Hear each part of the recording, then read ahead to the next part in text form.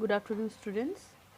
In our last WhatsApp class, we have started the chapter The Summit Within, and we have already completed the first part of it. Today, we will start from the paragraph from where we have ended, and we will start from the next one, and we will try to understand what author wants to tell us about his climb to the Mount Everest. The author is clearly explaining why he wanted to climb Mount Everest and why it is very hard to resist to climb it, and what he gets from the climbing, and it is it's very inspirational to know how he conquered himself to be on the top of the Mount Everest. So today we are going through the chapter, the paragraph from which we have last, yes, ended it from here. So looking back, I find that I have not yet fully explained why I climbed Everest. It is like answering a question: why you breathe? Why do you help your neighbor? Why do you want to do good acts? There is no final answer possible. And then there is the fact that Everest is not just a physical climb. The man who has been to the mountain top becomes conscious in a special manner of his own smallness in this large universe. So here the author is still saying that he wants to look back, and he says that he discovers that he had not yet revealed why he actually climbed the Everest. He has given some answers to us, but he has not actually revealed why he actually climbed the Everest. He compares it by asking a question as to why one breathes, or why one helps other neighbor, or why one does good deed. It is not answerable. It is impossible to find an answer. Can you answer these questions? No. Similarly, he find it difficult to answer why he actually climbed Everest. Okay, because he is mentioning here that the Everest is not just a physical climb, but it changes the person in a way that makes him aware how small he and his problems are in this infinite universe. So this chapter is trying again and again to trying to tell us that climb, that mountain climb, the summit, it is not only based on the physical power of a person, but it also needs some kind of mental well-being of a person. Okay, and it changes a person in its real life, because once he is at the top of the Everest, he will find that he is not only he is small in this universe, but his problems are also very small. Okay, see the next paragraph. The physical conquest of a mountain is only one part of the achievement. There is more to it than that. It is followed by a sense of fulfillment. There is the satisfaction of a deep urge to rise above one's surroundings. It is the internal love for adventure in man. The experience is not merely physical, it's emotional, it's spiritual.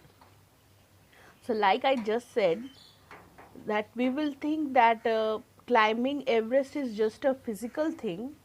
It is not, because the author is saying again and again that overcoming the physical problem when while climbing the Mount Everest is not just the one accomplishment you feel. There is a lot more than that, a sense of accomplishment. You have achieved something, the satisfying urge to rise above and the current circumstances, whatever is going on in the society. You have rise above that, and you have reached to a point that was your achievement, and it is a never ending desire for adventure in a person. So the experience is not just only physical, but emotional and spiritual also. So you will think that climbing to climb the Everest, you just have to be physically very strengthful, or strong, physically very strong. It is not enough, but you have to be emotionally and spiritually strong also. Okay. The next paragraph. Consider a typical climb. Towards the summit of the last height, you are sharing a rope with another climber. You firm in, he cuts the steps in the hard ice, then he belays and you inch your way up. The climb is famous, the climb is grim. You strain every nerve as you take every step. Famous climbers have left records of the help given by others. They have also recorded how they needed just that help. Else they might have given up. Breathing is difficult. You curse yourself for having let yourself in for this. You wonder why you never undertook the action. There are moments when you feel like going back. It would be sheer relief to go down instead of up, but almost at once you snap out of that mood. There is something in you that does not let you give up the struggle and you go on. Your companion keeps up with you just another 50 feet or 100. Maybe you ask yourself, is there no end? You look at your companion and he looks at you. You draw inspiration from each other and then, without first being aware of it, you are at the summit. So, here the poet is, the author is explaining a typical climb, a usual climb to the summit, and there the mountaineers, how they climb up the mountain. They share a rope with other climbers, and first of all, you have to make yourself firm in the hard ice, and as your partner moves ahead, he carves the hard ice with his feet only, and he fixes, belays means fixes, belays a rope or fixes a rope to help you climb your way up. And it is very difficult climb, and it put pressure on every nerve of your body. And it is sometimes the author feel like his body is cursing him because he has put himself into this difficult situation. His body is ready to give up. And he also mentions that how it has been recorded by some famous climbers for having taken help from others, and how it was the only thing they needed at that moment to move forward. Sometimes famous climbers also feel like they will give up on the way they climb the summit, they are climbing the summit, and they have taken help of others, and they have recorded that also, so that the climbers who will come after them will take inspiration from them, else they would have given up. It is indeed very difficult to beat at that much height. When you will go high up, if you have ever gone to the hill stations, you will feel that as you climb up, you will feel difficult to breathe, and it is very hard, and your body starts to curse yourself because you have put it in that situation. Okay, and it pushes you to give up, and the idea of going back looks very relieving. You feel relief if you think about, let's go back and just end this expedition here, and you will feel very relief, but then almost instantly you are out of that mood because of the surroundings. You feel a kind of rush in that moment that you want to accomplish something. Okay. So, you will feel something in yourself that does not let you give up, and you move on, and your companion is always there for you, and as you climb and you look at your companion, you will feel as if he is inspiring you. You will also feel that there is no end to this climb because it is very high up in the summit is very high. So, we will feel that there is no end of it. So, you will look at your companion and you both will look at each other, and you will motivate and inspire each other, and then suddenly you will not realize it, but you will be at the summit. Okay. See the next paragraph. Looking round from the summit, you tell yourself that it was worthwhile. Other silvery peaks appear through the clouds. If you are lucky, the sun may be on them. The surrounding peaks look like a jeweled necklace around the neck of your summit. Below you see vast valleys sloping into the distance. It is an ennobling, enriching experience just to look down from the summit of a mountain. You bow down and make your obeisance to whichever god you worship. So in this paragraph, the author is just explaining or just telling us about he's giving us a explanation of the view that you see when you reach to the peak. Okay. So here he is saying that as you look around from the summit, when you reach at the summit, and you just remember that it is the highest peak. So when you reached at the summit, you tell yourself that it was worth all the struggle and the hardship that you felt when you climb up. And you can see other peaks also through the cloud, and if you are lucky enough, you will get the sunlight on them, and they will shine like jewels on the necklace of the peak. It looks like the peak is wearing a jeweled necklace, and the peaks, other peaks are